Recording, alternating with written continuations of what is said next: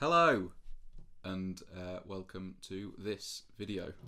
We are talking about our Craig Skinner night photography type film thing that we did recently.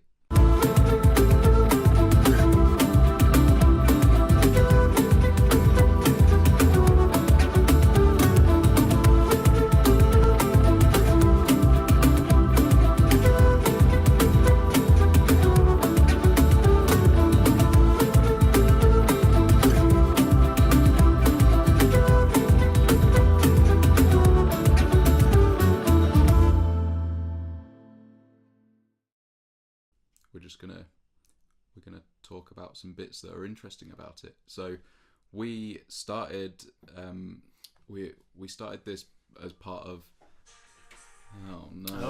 Oh, Simon's behind us and he's just got a telephone call. So this project came about just from getting in contact with Craig and because he runs his own YouTube channel as well, doing vlogs from his night shoots and just talking general photography stuff. Yeah, so, he did some cool photos, didn't he? He looked quite interesting, so we decided to give him a contact and see if he was interested in doing a video, a short as a project. Yeah, and it's also part of our kind of monthly series this year. So this is the January film that we filmed in January, and yeah, we got in contact with him, and he said that he was going on a night shoot, so we tagged along. And he's based in Sheffield, so he said that he was going to go on a shoot at Stanage Edge. Yep, and that was quite... Sorry, I got distracted by Simon. Sit down, let Simon. Sit down. That's all right. You weren't even looking at me. We knew that you were going to make noise. Just see you in the corner of my eye. So now let's talk about Stanage Edge then. Is that Yeah. what you were going to talk about? Well, yeah, it's a cool place. I couldn't believe how close it was to Sheffield, so I quite liked it how you had the greatness of the city, and then just a 5-minute drive, and you were just like into like the Peak District. The wilderness. Yeah, and it was just... and it was kind of it was mid-January-ish when we filmed, and it was quite cold. Yeah. For us around Nottingham kind of way, but when we actually got there, it just started snowing. There was already snow on the ground as we were getting like within 5-10 minutes away from where we were meeting him, which wasn't around where we were. So and then as we were getting closer and closer, it was like a blizzard there. So it was very strange, wasn't it, going from the city where it was just quite wet to then straight into Peak District, snow and blizzard. It was like just two extremes colliding together. So it was quite a cool experience. But I think that probably helped in what we were filming, because a lot of the time it gave us like a white background to cut him out from, because it was completely pitch black there, as you'd imagine. We always knew that it was going to be a bit of an interesting shoot to see what we were actually able to capture there, because of it being a night shoot. So we had that in mind. So we knew that one of the main issues that we were going to have is the low light capabilities of the GH5 that we were filming on. So we used one of our faster lenses. I think it was f2.8 that we went for in the end, and we knew that was going to be a factor to get as much light in as possible. And we boosted up to about ISO 800-ish, sometimes I think you 1600. said you mainly stayed on 800, didn't you? Yeah, I think that's what we've realised is the most that we can push it and it look kind of reasonable. If you push it to 1600, you can get the shot, but it's going to be fairly noisy. So we'd advise sticking to about 800, which obviously isn't much when it's pitch black there. But I think the camera coped reasonably well with it. It wasn't. We knew it was going to be dark, and obviously we didn't push it any more than it could do. Obviously the GH5S has just been released, so that would do a lot better in a situation like this. The only thing the problem with the S is I don't think it would have been as good for the stabilization, because it's more of a camera that looks like that's more for like short kind of films, in terms of where you dolly it along, or you'd have it on tripods and stuff, and not or a gimbal. or a gimbal, not so much a run and gun kind of situation that we were doing, is because we were going out into the wilderness. We wanted to carry as little as possible, so we had the GH5 in its small rig cage. And you didn't even use the tripod at all, did you? I put the tripod on my back, and I took some lights with us, and we only needed this light that worked really well, the aperture. Does it have a number on it?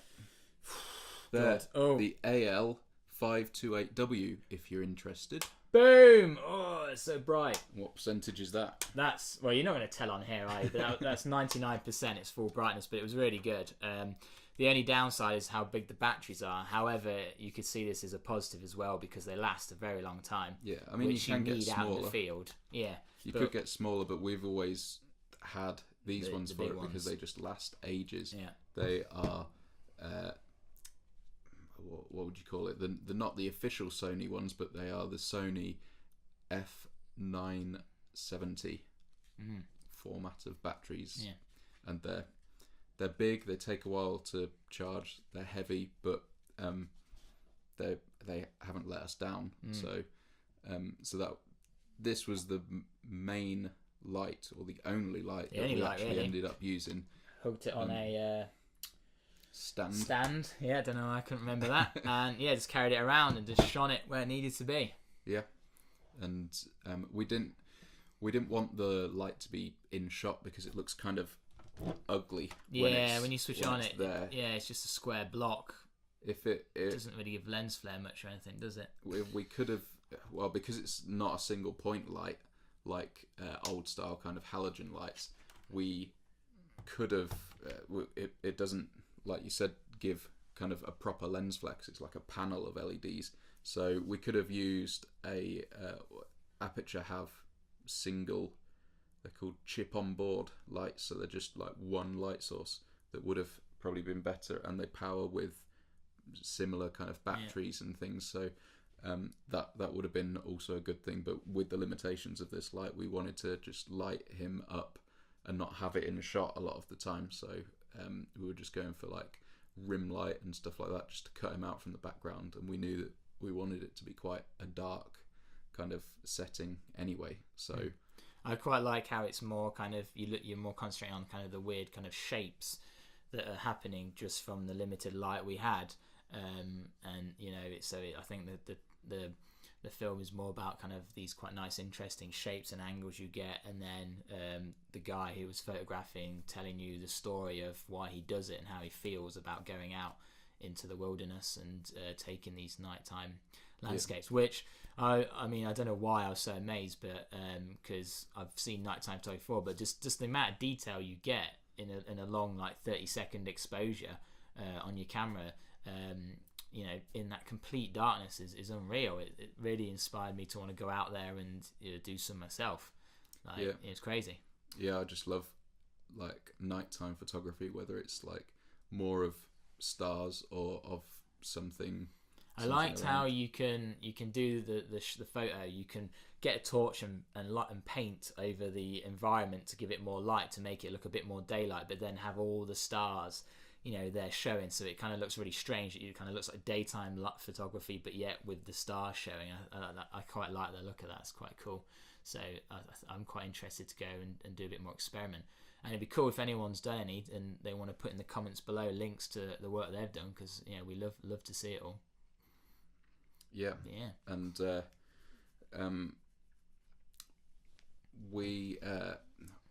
was also the factor of dealing with the weather there, dealing with that weather that was changed quite drastically. Yes, it was like really, really cold where we parked because we were quite high up, but then as we went further kind of down the hill, it got a bit cooler, but it was still cold. I mean, I didn't have any gloves, and oh my god, my hands were like ice bricks. I had to keep putting them in my coat to keep them warm.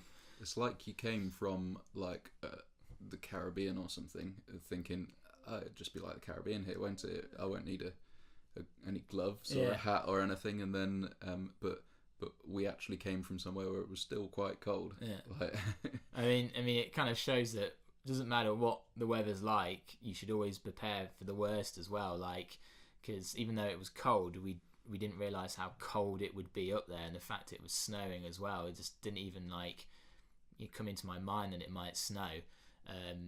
So yeah, definitely, always prepare yourself for the worst in these conditions, because if you're there really cold and feeling horrible and wet, you're gonna struggle to really concentrate and enjoy being in the moment. So I would have liked to have prepared a little bit more in terms of like what I was wearing and stuff, but I weren't too bad. I did have quite a good jacket on from TOG 24 that actually kept me really warm and waterproof and stuff. It's just I was missing the gloves and decent boots as well. I had kind of, I don't know what you'd call them, just kind of fashion boots, I suppose you'd call them. Like, they look nice, but they're not really practical. Not waterproof. We went down this road, and because there was so much snow, it was melting because it was cooler there, and it was just washing all over our feet, and just my it just got into my shoes, and I was just had wet feet all day. Well, all night, shall I say. We also knew to be aware of the batteries that we were using, because in the cold that affects them as well.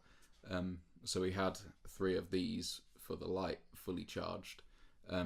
We also had all of our GH5 batteries fully charged as well.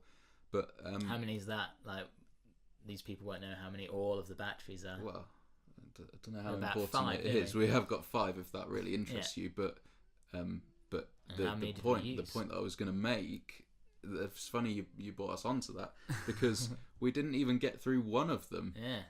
I think we might have gone down to 2 bars, but we barely scratched the surface of it. So that was a good advert for how much you can trust the GH5 batteries. And also well. the other thing was that what Craig speaks about in the video is that he can never really tell what he's shooting 100% until he actually takes the shot and sees how it looks on the screen, because it is so dark and it's not really a representation of what he sees there. And we were feeling kind of the same with our film as well, because normally kind of the thing is that you shoot until you've kind of that you've got enough in the edit later when you come to edit it. But it was a struggle to kind of see what we were capturing on there with kind of a small screen and how dark it is and everything. It was just quite hard to tell whether we had like kind of enough to tell the story there. And so it was kind of a bit of trust in instincts and trust in the camera that it had captured what we wanted it to capture. And then it was all quite hinging on Craig's words as well that he recorded himself afterwards. So if they weren't like descriptive of his feelings, then we wouldn't have. It would have just been a montage. So that was an important. I suppose factor as you well. could say the what do you call them, zebra lines? I always get the names wrong when you check focusing. The peaking. The peaking is really good because of when Simon's at the door. Can you go and get it? It's a professional one this time. Yeah, with the peaking showing you if stuff's in focus or not was really useful in this shoot, because obviously you're limited to what you can see because it's quite dark. So making sure that everything is properly in focus, with such a tiny screen is very useful with the peaking, because it can be quite hard to do when you do something when you're filming with a camera that doesn't have that option with such a tiny screen. So that's our story of this film. If you've got any questions about any bits of it, we can answer them.